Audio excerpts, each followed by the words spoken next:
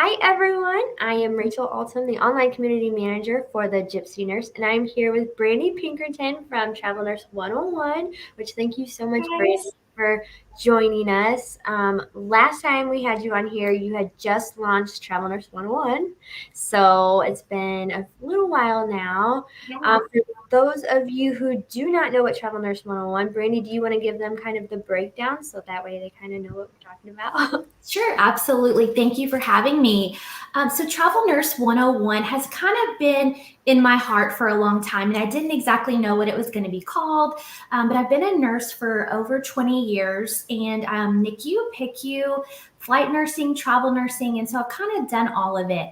And along the way, I have been able to help so many nurses in their journey, just in nursing in general, and kind of guide them and give them some advice when they've needed it and that sort of thing. And then after I was traveling, a lot of travel nurses would come to me and ask for advice, as well as staff, that I would meet and that I know. And they wanted to know all about how travel nursing worked, and they would see all of my adventures and my journey and be like, I want to do that. Like, how can I do that? I want to do that too. So I was kind of helping them behind the scenes and just helping them get successful with travel nursing and hoping that they were able to have such a great experience like I did. So that's kind of where Travel Nurse 101 came to life. And Travel Nurse 101, I like poured my little heart and soul into it.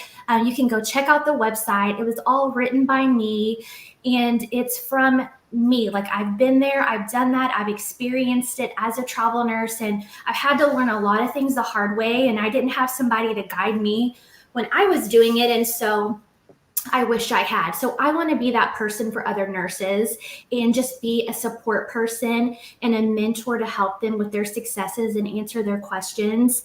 And hopefully they can learn from my mistakes. So you can head over to travelnurse101.com. There's a lot of questions there just in general about travel nursing and kind of the top 10 questions that I get asked pretty much every day. And then there's also a link to the blogs. And so there's some blogs there that go into a little more depth about just some specific travel nursing things that you might experience to help you, such as if you're just getting prepared, what to do for that, whether you're thinking about it next month or next year. There's a lot of things that you can be doing along the way to just get yourself ready. There's also some other blogs about what the interview process looks like, about what finding housing looks like. There will also in the future be some guest bloggers. So there's going to be a lot to look forward there. And then you can send me an email, and I am happy to get together with you and chat and a complimentary mentorship from me and help get you started with travel nursing. That is amazing. Thank So, you. yeah, I'm so like excited for you. I'm glad that you finally got it going. What has been like your favorite part so far? I know it's just like you're in the new part of it, but what's been like the best part so Yeah, far? you asked at like a perfect time. So there's so many things that my day to day look like that are busy, like with making the website and writing those blogs and that sort of thing. But what I'm most passionate about is actually being able to have that interaction with other nurses. And that has just this week just blown up. Like yesterday, I talked to like 5 or 6 nurses. I was so excited. Like, that's what my whole day was. And I didn't get anything else done, but I actually got to do like what this it was meant to do, and that's to help other nurses in the travel nurse journey. And I've even just in general, with nursing, have been able to help other people that even if they're not just thinking about travel nursing, they're like, hey, Brandy, like, I know you have a lot of experience just as a nurse in the industry, and this is what I'm thinking about. Do you think this would be a good idea for me? Or could you help me? Do you know anybody? And I'm like, I really like just helping them in general. Of course, travel nursing is my passion, but I'm also there to help. If anybody needs any other things, I'd be happy to just be a resource for them. But I love actually getting to talk to other nurses and seeing what they've been doing and hearing their story and seeing what they need help with. That is what I'm truly passionate about, and that at the end of the day is what Travel Nurse 101 was made for. Yeah, That's amazing. And that is so much, that is my favorite part too, is just getting to talk to the nurses and hearing their experiences. And it's fun to kind of learn from them too. And I'm Yes. sure one experience is not always the same as the other. So I'm sure you got to do some brainstorming and thinking and all of that. But I'm glad that they have such a good resource like yourself to for people to Yeah. turn to. I know it's like important to have like good information, good resources, and I know there's a lot of misconceptions out there and bad advice going around. I know in the network group there's some like cringeworthy things that people have like suggested, and I'm like, no, Oh, I know. stop, don't listen.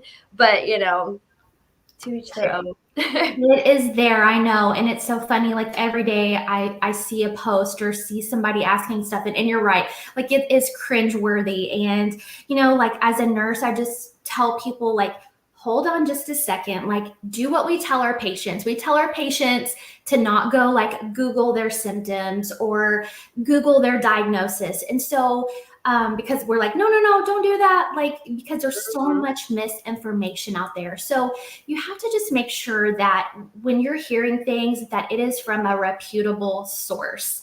I mean, that couldn't be more important. That's what we tell our patients. So we need to practice the same thing. And social media is great. It is such a great way to network with other people. And I love it. I wouldn't trade it for the world, but also you have to take the source. And sometimes people only post about negative things.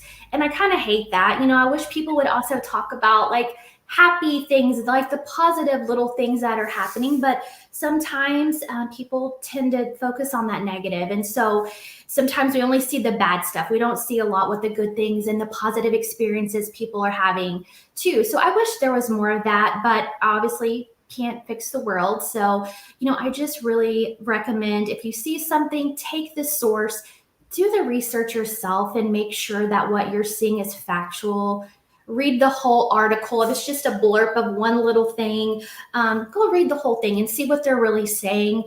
And just know that, a lot of things have been talked about for a long time. And as we know too, with COVID and just in general, with everything that we've been experiencing, fear is a really big thing. And we just don't, I hate seeing people post stuff and it's sparking fear into people, is what it's doing. And it may not even be a valid thing to be worried about or to fear. And so just take it upon yourself to do the research. And the ANA is a great resource. They're very factual. Make sure you're getting factual information. And just in general, that's what I recommend. Definitely. Yeah. And I know, there's different, like the fear thing. I know a lot of people like to, they get scared. So then they put it out there too. And so then, it's always good to, do your research and everything. And then also, just obviously doing the research. I just lost my train of thought. Yeah. But, Well, that's okay. even them talking about agencies, recruiters, and all that stuff, like go through, and someone might put something bad about an agency or a hospital, but go through and look through reviews online and other places and see that, they got 5 stars out of like, 10 out of, 11 people gave them 5 stars. And then that one person only gave them a 1 star because they had a bad time, and maybe it wasn't the agency's fault, or maybe it wasn't the hospital's fault. It was just something that happened, and they just took it to the internet and was like, worst agency ever, get rid of that.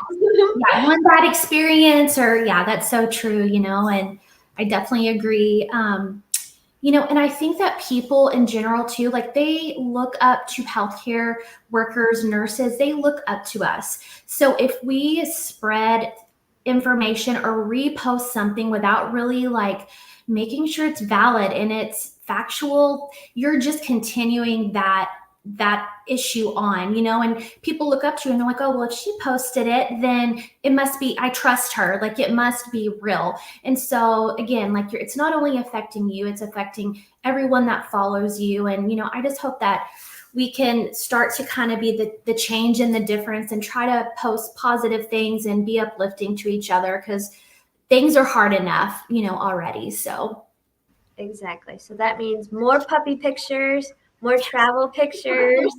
more exciting things. I love that. Absolutely. That's the kind of stuff we want to see because, like people that are negative, like I'll unfollow them. I'm like, I don't need this negativity in my life right now. Like there's enough. And we want to be uplifted and see those sort of things and be supportive to each other at the same time, but just make sure we're spreading the right information.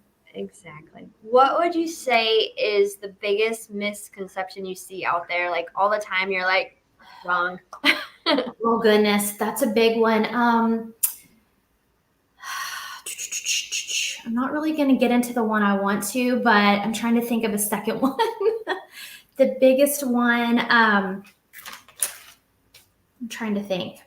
Can we come back to that? Let me think on it for just a second. I always see stuff about, there's always debate about the 50-mile rule. Yeah, and that's probably like when the biggest thing that I see. And I was going to try to just like not go there, but definitely people like I want to do a local contract, and just so many people don't understand what all goes into that, and that's probably there's so much misadvice. So I just tell people, hey, you need to talk to a tax person that knows about this. We are not tax people. We are nurses, and this is not our specialty. So yeah, and I agree, especially with like anything legal. Take it to the professionals. Don't always just go to the Facebook groups or just go online. Like take it to professional people. Expert, yeah. You don't have that guarantee where you're like, well, somebody on Facebook told me. It's like, no, if you go to an expert, you can at least go, hey, you were wrong. Absolutely. And when people ask me things, I will just straight up say, hey, like, I'm a nurse. I would hate if I steered you in the wrong direction on this. So you need to talk to this expert, to this type of person. And that's worked very well, for me because I'm a nurse. I don't know everything there is to know about that. So. Right. And I really like your point too, how you said that, like, especially now, I think a lot of people are looking up to nurses and seeing which direction to go. There's all this stuff out there. So just something that I think too is like, think about that in yourself, like everybody out there, think like you are a big influence in the world right now. You're so important. You've always been important. And, just use your voice appropriately. Yeah, I agree. I love that. That's a great point. Well, there's one thing out there that is not a misconception, and that is burnout. Have you been seeing and noticing nurses experiencing the burnout, a different kind of burnout? What are you seeing? So, like I said, I've been a nurse for a long time. Me and a bunch of my friends that started together, I've kind of been able to watch us over the years, and we each have gone through burnout at different times, pre-COVID times. I can just sit there and watch them and see, and what they're saying and doing. I'm like, oh gosh, they're burnout. You know what I mean? And then they'll see me get burnout. And that's kind of the thing that happens with nursing, but it's also in a way, it's also the wonderful thing about nursing because there's so many different things that you can do as a nurse if you are experiencing burnout. So I think pre-pandemic, the burnout was a lot different. I have kind of watched it change over the years. And, again, I think when you're a new nurse, like you're super excited and you're in your honeymoon phase and life is great and all of those things. But, I remember specifically when I was a new NICU nurse, I went straight out of school and went straight to the NICU. And that's where my heart has been with those babies. And I worked night shift. I was a new grad who went to night shift. And I remember like being so excited to go to work every day, like genuinely excited.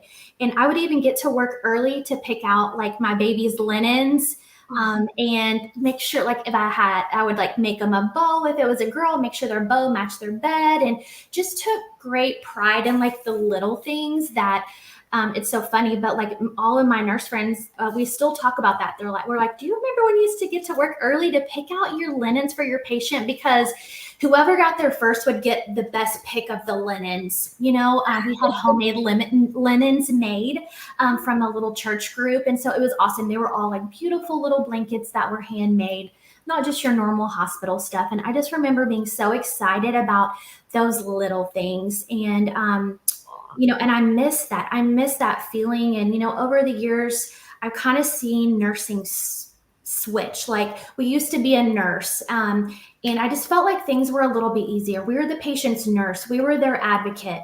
And over the years, we've just become so much more than just a nurse. We are also, we're a tech, we're the secretary, we are a social worker, we are the lab, we are just so many things on top of being a nurse. And the dynamic of nursing has changed in general. And so we've been asked to do so many more things than just take care of our patients. And I think over time that's really been hard. Not that we still don't have that ancillary staff, helping us, but we jump in and help too. And so the demands have been more and more and more, and it's just kind of gotten overwhelming, I think. And then the pandemic happened, and it was the break in the camel's back for so many of us, as we've seen over and over and over again. And I read something that 1 out of every 3 nurses is leaving bedside nursing within the first year of nursing.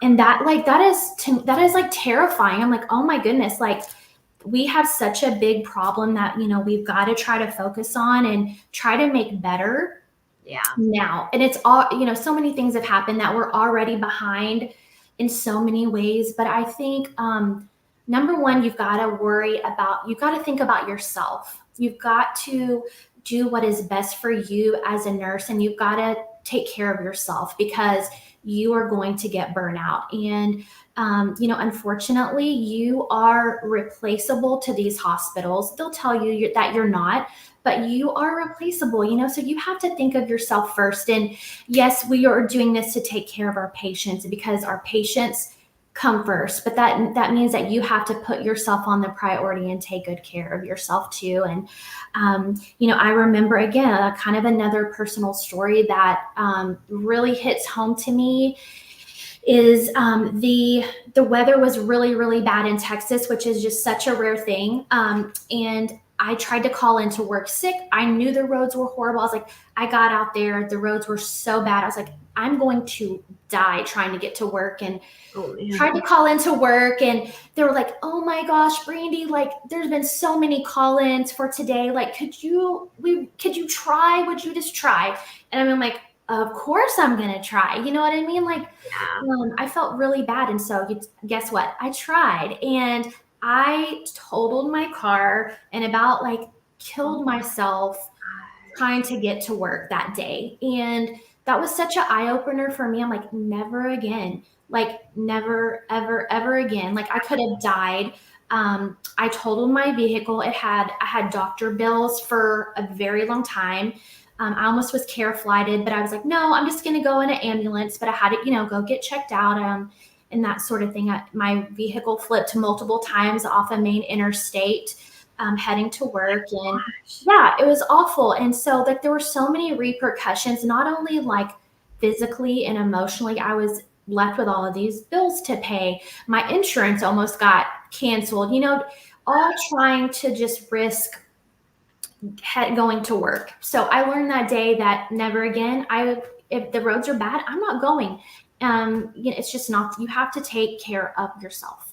And I think that nurses are really overwhelmed in general too. I am NICU primarily, and so I can't imagine what these COVID nurses are seeing day in and day out. My heart literally goes out to them, because I can't imagine the PTSD that they're going to have long term from seeing the things that they've seen every single day. And you're tired. We know you're tired. You're showing compassion and working so hard. And then people have their families to go home too, and their family needs stuff. And so you've got to take care of yourself. And so for me, I think, I really, really encourage people when they ask me questions. I'm like, what is best for you? What is your heart telling you? What is your gut telling you? Like, you have to live your best life, and you have to do you and do what's best for you. And so that's really helped a lot. And I help them find resources for what, with their travel nurse company or whatever they're needing help with. And a lot of the companies, which we're going to talk a little bit more about, I know about kind of what to look for in a company and a recruiter, but you want to make sure you set yourself up to have the most resources that you could possibly have. And so many of the companies, one of the biggest things is you want a really strong clinical team on that agency that you can call if you have any clinical questions, that are trained, that are nurses, that knows what it feels like, what you're going through, and that can be there and give you advice and to help you work through some of these challenges that we're seeing every day in the hospitals, because nursing is hard. There's no doubt about it. And, I think that companies in general need to set up these nurses. They need to tell them nursing's hard. We already know that, but we really need to have a really good conversation with them to set them up for success and say, hey, this is what we're seeing in these facilities. You already know that. Reiterate it with them, but let them know what their resources are, and let them know that they have someone that they can talk to if they run into problems.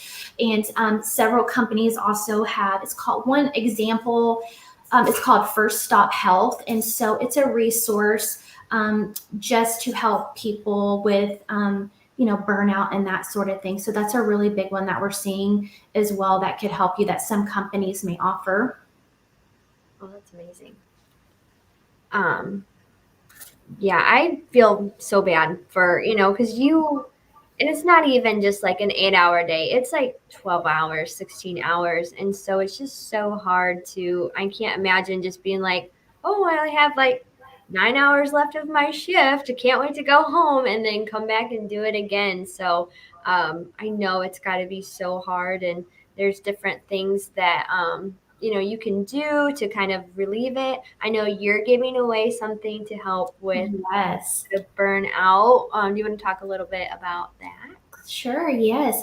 So for all attendees that are here today or that come later is fine too, that are registered for the event, we're going to put your name in the drawing to receive a massage from Travel Nurse 101. Go pamper yourself a little bit. That's the least I could do.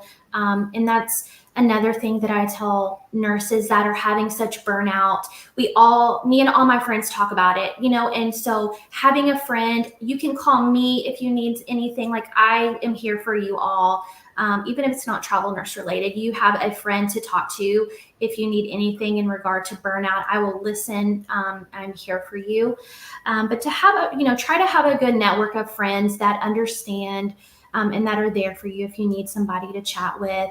And then really try to set some little goals along the way, every step of the way, not just at the end of your assignment or whatever. Set some goals once a week for yourself, little goals. Be like, okay, I made it through this week. Just celebrate the little successes, not just the big ones. And I think that it'll help you stay renewed. And just also, making time for yourself and pampering yourself here and there. You deserve it. Like, take care of yourself. That's what I tell all of my friends to do. It's so funny. And I've even gone as far, it sounds silly, but one of my nurse friends shared this, there's been some really hard days lately, and I will even write little sticky notes and put it on my mirror while I'm getting ready, and just as a constant reminder, of the goals that I have, to keep my mind right, to keep me in focus. Like, okay, you can do this. You can do this. And then at the end of your assignment, or towards the end, towards the middle, whatever time you've taken off, plan a big vacation or something to go really celebrate your successes and that sort of thing. I really recommend that just along the way to celebrate the small successes too, because it's hard. Definitely. And I think that's fun too, especially planning something, because it's kind of like Christmas time where you're building up that momentum, and then you finally get that dopamine hit of being done, and then be like, yes, I'm going on my vacation. So I definitely agree there that you definitely need that. Some people don't realize they're burning out, and they're just irritable all the time, and they're like, why am I so mad all the time? And they don't realize that it's actually burnout. What are some signs that you can tell people to look into, deep into yourself, and be like, am I doing this? Is this burnout? What are some of the things that people might not recognize is actually burnout? Sure. And there's little signs. Obviously you're tired all the time. You don't feel well, little things that kind of all add up. But I know personally, there's been times where I literally have so much anxiety the night before my shift that like it's not debilitating, but it affects me. And then it's like I go to bed and try to sleep, but it's just a continuum and a cluster, so to speak, from that anxiety of having to go to work the next day and know that you have to get up early and be present at the hospital. You just notice yourself, maybe having a short fuse and not being your best self. And it's really hard to, when you're overwhelmed at work and you maybe have too many patients or a super sick patient along with other ones, and you don't get to go to the bathroom, you don't get to eat. So it is, very hard. I really just encourage you to try to take a moment. Sometimes I just go in the restroom for like 5 minutes and just like, okay, sis, like give myself a pep talk, like you can do this. And, if you're spiritual, say a prayer or whatever, works for you. And sometimes literally it's 5 minutes in the bathroom or 2 minutes in the supply room, and just be like, you know what? Try to get back to that reality of why you are a nurse and why you're doing what you're doing. I am here to help people. I hope to make a positive difference in someone else's day. And for me, when I think about that, it really kind of shifts my mindset and takes it off of me and lets that burden be a little bit lighter. And I'm like, okay, like your patients need you. You're here today. Like you're meant to be here. You're meant to be in their life. They're going to always remember you potentially that you were there to help them. And for me, like, that's why I'm a nurse. And I just try to get back to that reality of why I'm doing what I'm doing. And it really helps. Oh, that's great. Yeah, and I think too, before I change topics on you, you have to take care of yourself before you can take care of your patients. So, making sure that your mindset's good, making sure that like, you're eating food to give you energy and, not draining yourself, because it's going to be impossible to want to care. You get to that point where you're like so hungry and you're like, I don't care about anybody. Yeah, like, I'm hangry. I got to eat right now. Come 3 p.m. if I haven't eaten, I'm hangry. My work peeps know that. They're like, uh-oh, Brandy needs to eat. Yeah. So, I mean, just like take care of yourself, and then, you can take care of your patients. It's like Yeah. on a flight, put your mask on first and then help the person next to you. So, Well, and just kind of planning and be prepared. I'm a planner by nature, which is funny. My friends make fun of me because I'm always the planner in the group. But like we know, like, hey, you may not get a lunch, this sort of thing. It may be short. Like pack yourself like little snacks and protein snacks and a protein drink, maybe things that you can just like eat in a hurry to give you a little bit of nourishment and stuff if you're not able to take a break and that sort of thing. I always carry snacks wherever I go, but just plan ahead. And for me, like wake up a few minutes early if you can. I know it's hard. You're going to be tired no matter what, when you're waking up, but maybe 10 extra minutes and sit down and go make your yummy coffee. For me, it's like I love making my morning coffee. Like I make it a certain way. I prefer it over Starbucks, and it has more cream than coffee, but that's how I like it. So, I make my coffee. I kind of look forward to that. And to me, like that's something that's so simple to look forward to. But I make my coffee and I try to read like a morning little devotional book that I have to just put me in a good mood and set me in the right mindset for the rest of the day. So that way I'm not just constantly rushed. And then when I hit traffic and then there's just one more thing, that we all experience to put us in a bad mood, you're already set up for success to just really have your mind right. And you're like, woosah, I can do this, Exactly. Yeah. And I think too, just building that routine in the morning, and something that I learned from myself, like, and I tell people all the time, like, just set a timer for 5 minutes and do whatever you need to do. So even if it's just like journaling for 5 minutes, or even like a 2 minute, however long timer, just to get yourself into that routine, like every morning for 5 minutes, I'm going to write in this journal. And then every morning you wake up and you look forward to it. And then you add something else for 5 minutes until you kind of build that like self-esteem building, different things like meditation, yoga, just like something as simple as 5 minutes just to get you started. You don't have to do that 30-minute meditation that like we're all supposed to know how to do without like a thought going through our brains. So it's just like take just 5 minutes, like you with your coffee. I'm sure it doesn't take an hour to create and all of that. So I just got a Peloton. I'm super excited about it. So my goal is to, we'll see. I'll let you guys know when it happens. But I would love to wake up in the morning and do like a 20 or 30-minute ride before work. I mean, and I know that's not always realistic. And sometimes getting that 30 minutes of sleep is more practical for you. But after I exercise, like I just feel so great. So I know for me personally, like that would also set my day up for success if I took the time to do that. But I will keep you posted. Y'all may have to hold me accountable. So Just do your 5 little minutes, because you know what? Once you start doing 5 minutes, you're going to do a lot longer. yeah, and then you'll be able to move. Yeah, that's so true. Yeah, because then you get to that point where you're like, oh, I did a like 0.3 of a mile, 0.3 of a mile, and then you're like, well, I might as well do a half a mile. Just go a little bit further. Yeah.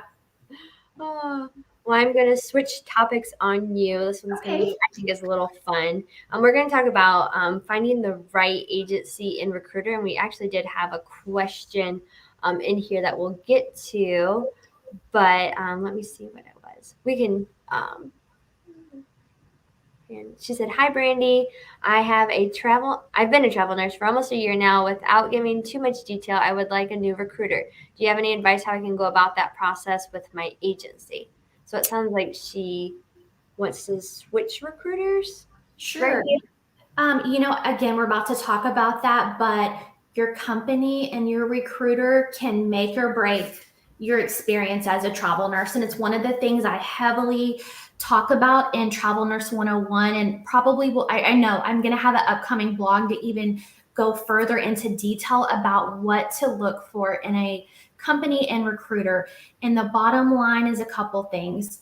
If you do not mesh well with your recruiter, if you do not feel like they have your best interest at heart and you have communicated your needs to them and they're not listening, they're not keeping that in mind, maybe they're not communicating well with you, and I encourage you to, I hope that you've hopefully, chatted with them about that, maybe the concerns that you're having, but you can always ask for another recruiter and just, say, this wasn't a good fit for me. I would like to use someone else. And almost any company will let you do that. And if they won't, then you probably need to steer clear of that company because you're a free agent and you can work for who you want to. And if you're not meshing well with your recruiter, bottom line, after you've had a discussion with them and they're not able to come to some sort of resolution, then you can ask for another recruiter for sure. Perfect. Well, thank you. Yeah. And thank you, Haley, for the question. So mine is, this one's kind of like, I thought it was kind of fun. What would you say is like the dream recruiter, like your dream date, but what are people looking for, but is like a little unrealistic? So a recruiter that, they are super responsive. That is, to me right now, time is of the essence. And especially as a new traveler, you want an experienced recruiter that knows who takes first time travelers. That's really, really important. All places don't. And right now we need travel nurses everywhere right now. So it may not be as much of a problem as it has in the past. But certain places want you to have a full year or a couple contracts behind your belt before they will accept you as a traveler. So you need to know somebody that is knowledgeable about the industry, that knows about these facilities and who won't take first-time travelers. They need to understand what your wants are, what your like top 5, like I want this, this, and this. And I encourage you have to talk about these things with them, though. They can't read your mind. So the communication goes both ways, but obviously a dream recruiter would be able to read your mind, but they can't. So you have to chat. You have to tell them what you're looking for specifically. And so you want them to be responsive. You want them to have your best interest at heart. That is very, very important because, again, like I said, they can make or break your experience in the, traveling. And so you really want somebody that's going to listen, be responsive, and work in your best interest are kind of the big things that you look for. And find you Hawaii assignments. Yes. Hawaii, yes. Yes. Or mountain assignments. I love the mountains. So Yep. Now, what would you say would be something realistic? Because they're not all going to be perfect. They're not going to all answer the phone call, the first ring. What's something that's realistic, but you still want like something that's okay for the recruiter to do that someone might be like, oh, they're not the perfect person, I got to get rid of them, when, it's something that it's out of their hands type of thing, I guess. Sure. I'm trying to think. You know, sometimes nurses come in and they have so many requests. They're, like they just have this list long of all of the wants, and you're a first time traveler, and sometimes the recruiter will straight up, and I hope they will be like, hey, I love what you're saying here, and I appreciate you being transparent about what you want, but this is not realistic. If you want to have success as a travel nurse, we're going to have to dub this down and take some of these things perhaps off the list. Let's prioritize what's most important for you. But we may not be able to have this entire list. If you want to have a successful travel nurse career, we have to be flexible. And it's one of the biggest things that I tell people, like, you have to be flexible. In your mindset with your destinations, especially as a new traveler. If you're like, I can only go to this town and nowhere else, that makes it really, really hard to land your first contract and to continue to have success. But if you are like, you know what, I have a compact state license, I am willing to go wherever, I'm open, like that is like a recruiter's dream, I think, to hear. Yeah. So I think sometimes they'll tell you your expectations are not realistic. We've got to like come to some common ground about how we're going to make this work. And to circle back with like the misconception thing. So say that someone is looking for, the perfect recruiter, and their recruiter can't get them to that state because they don't have a multi-state license. And then they go and be like, my recruiter refused to let me go here because da da da da da.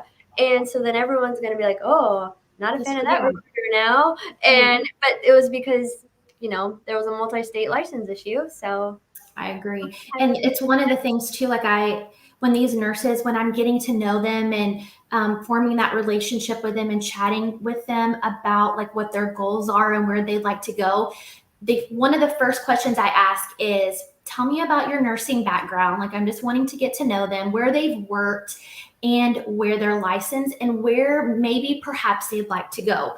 Because very early on in the process, I'm like, okay, you have, this license, but you want to go here. And so you're going to have to apply for that ahead of time and just put that bug in their ear early that, you don't want a license to hold them up on going to their dream destination.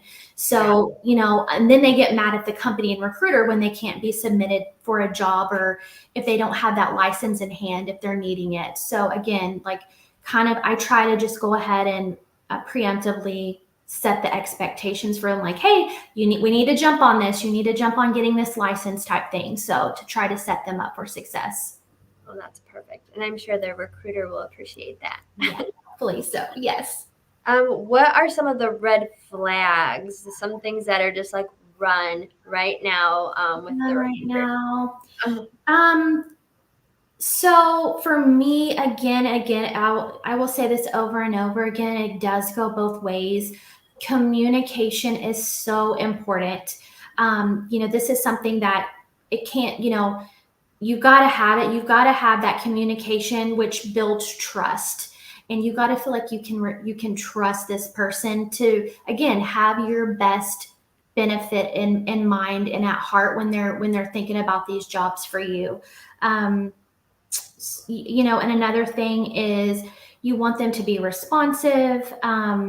So if they are taking just multiple days to respond to you, for me, that's a big issue, because that shows me that if something big happens and I immediately need to get a hold of this person, I'm not going to be able to.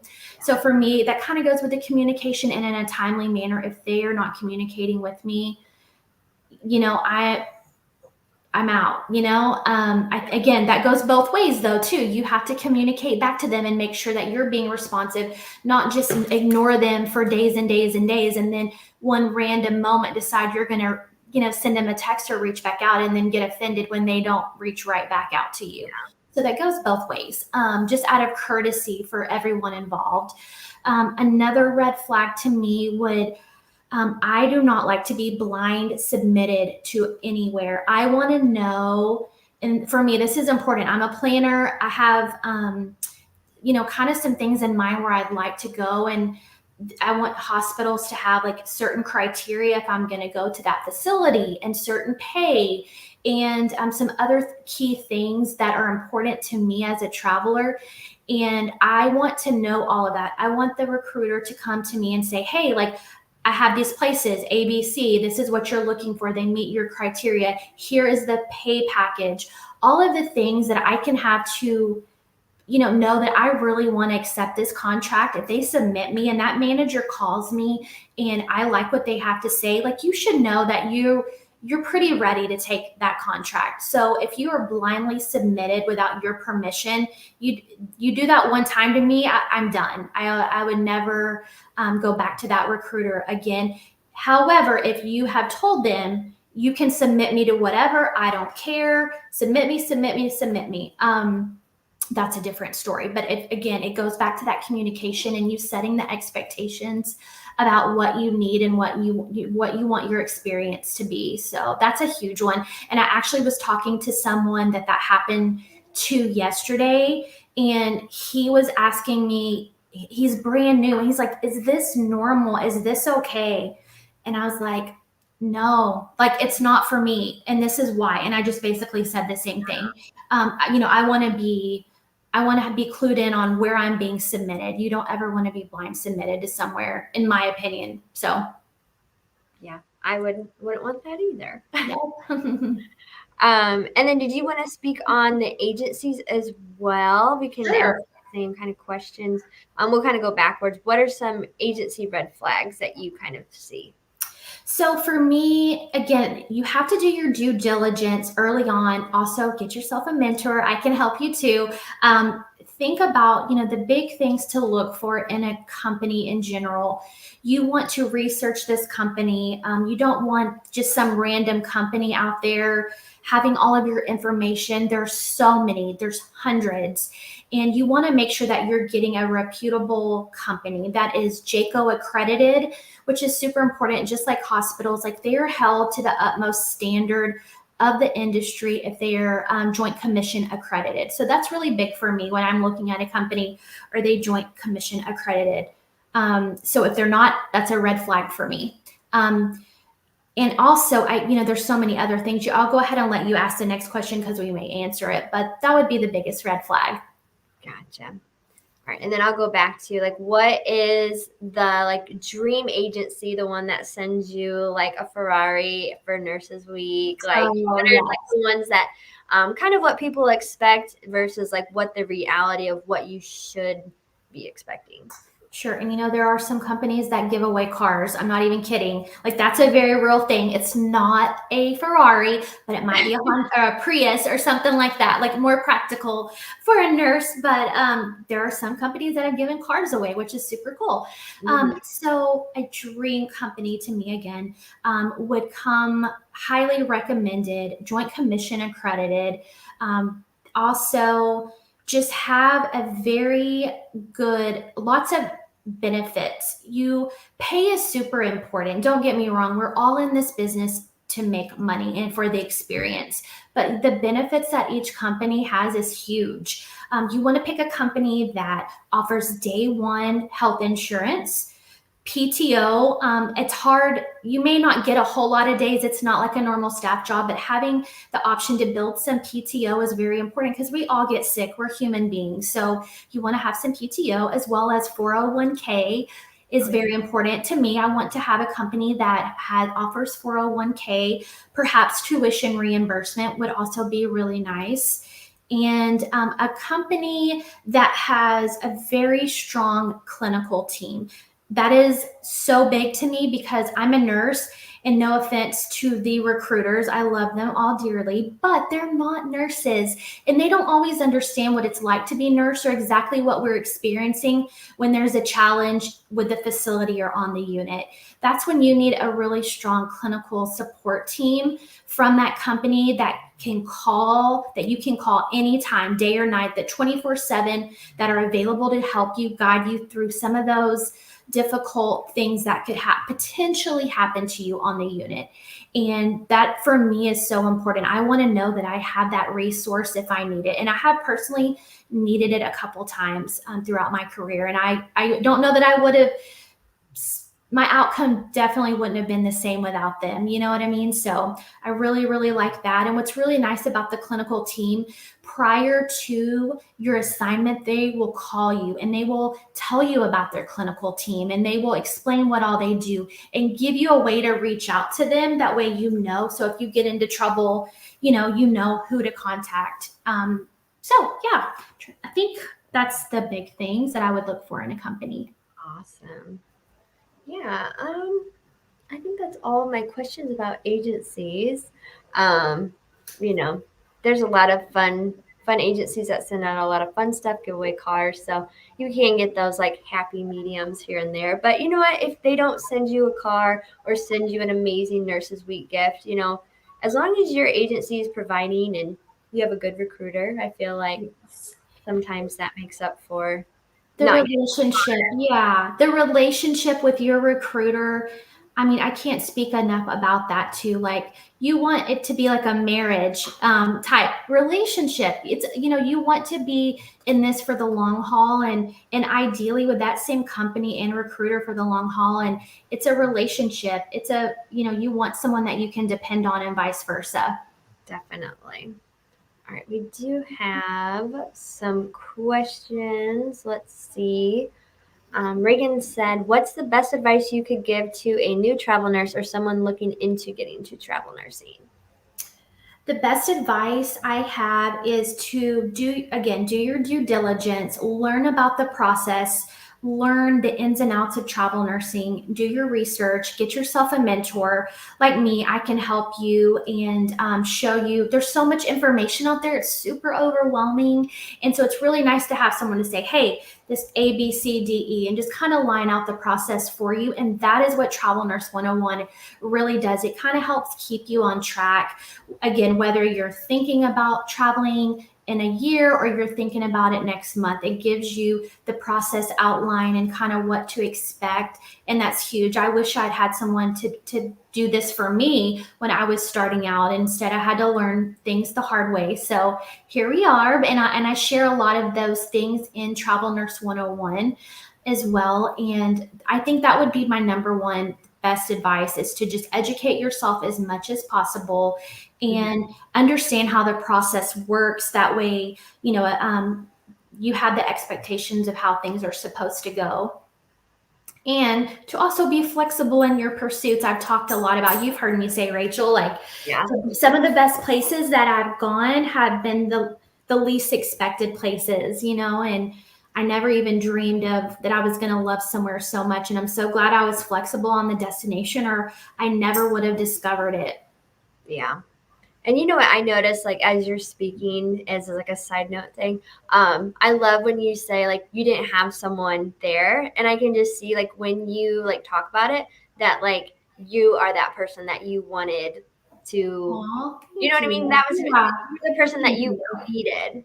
And so I think that's what a lot of people probably see, too, in you, is that just, like, wow, she's got experience, and just the way you care, I think it's just so amazing. Well, and I just want people to feel like they have a person to talk to, and just that will listen to what they're wanting, and just not necessarily sometimes, and that's all I do is just listen, and then give advice and that sort of thing when it's needed. But I want someone to feel like they have a safe place to come chat with a real nurse who's been there and done that and has experienced so many things in nursing in general. So I'm super excited to help people and hopefully steer them in the right direction. Definitely, I can tell. Thank you. All right, let's see if we have any other questions. There's a few questions about my sweatshirt, which we have on the gypsynurse.com. We have a few hoodies and jackets. This one's on there, so it's I love that. And we have it in gray too. So I need to get one. We have some Travel Nurse 101 merch coming soon too. It's in the works. So if there's anything in particular that you guys would like let me know, because I'm ordering stuff soon. perfect. I can't wait to see. Definitely Thank you. right away. Steve said, did either of you see the 60-minute segment on the nursing shortage? Burnout and quits are way up, unfortunately. Do you think when this COVID wave slows down, things will get better?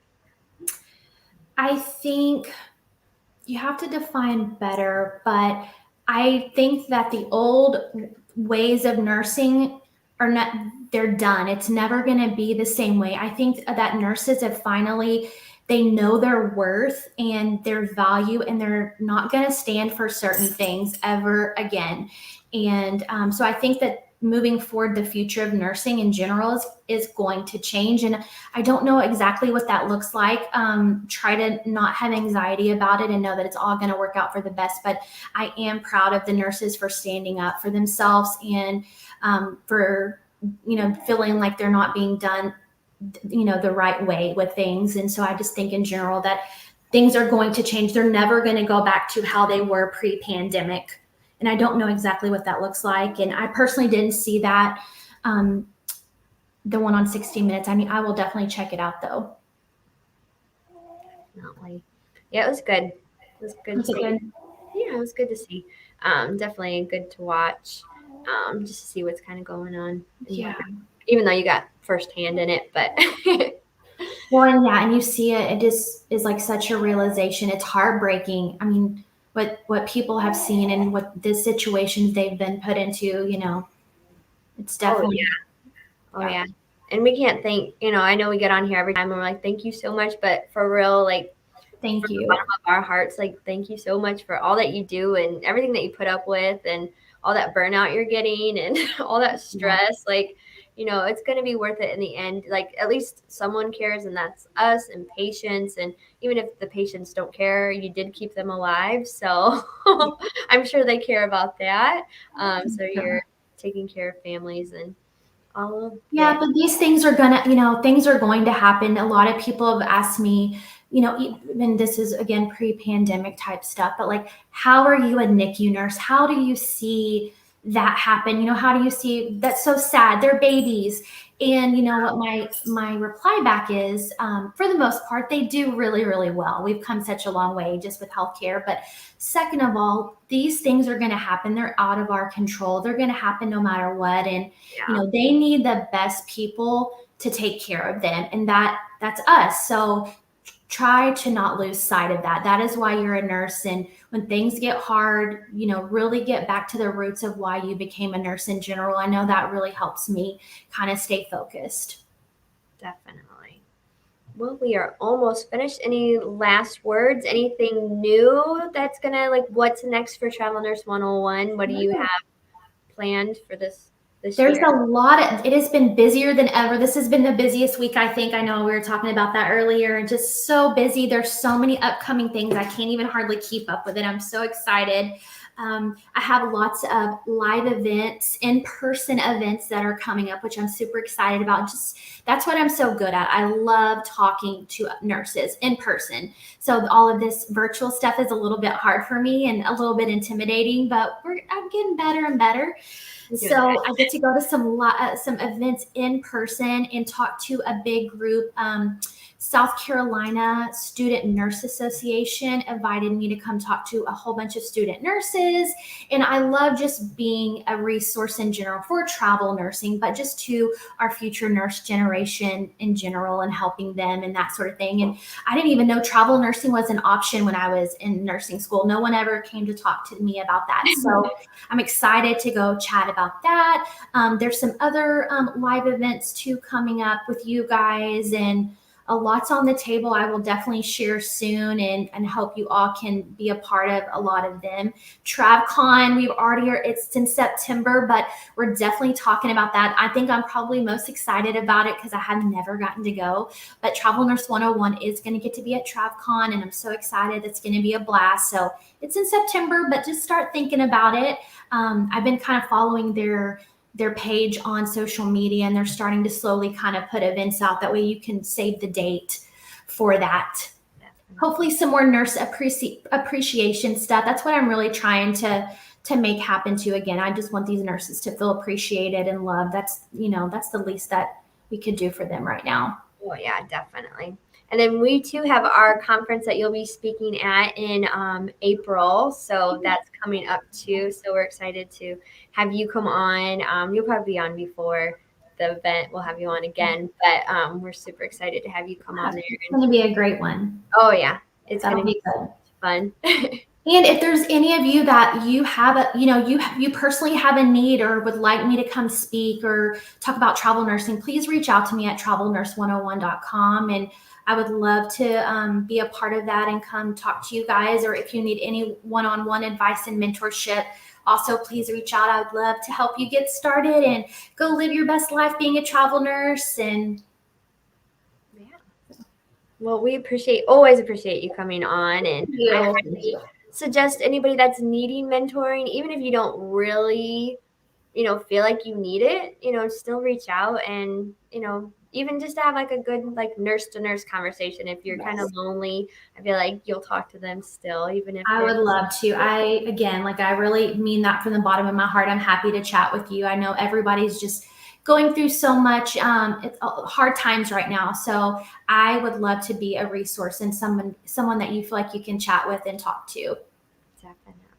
Well, if you guys have any questions at all, reach out to Brandy.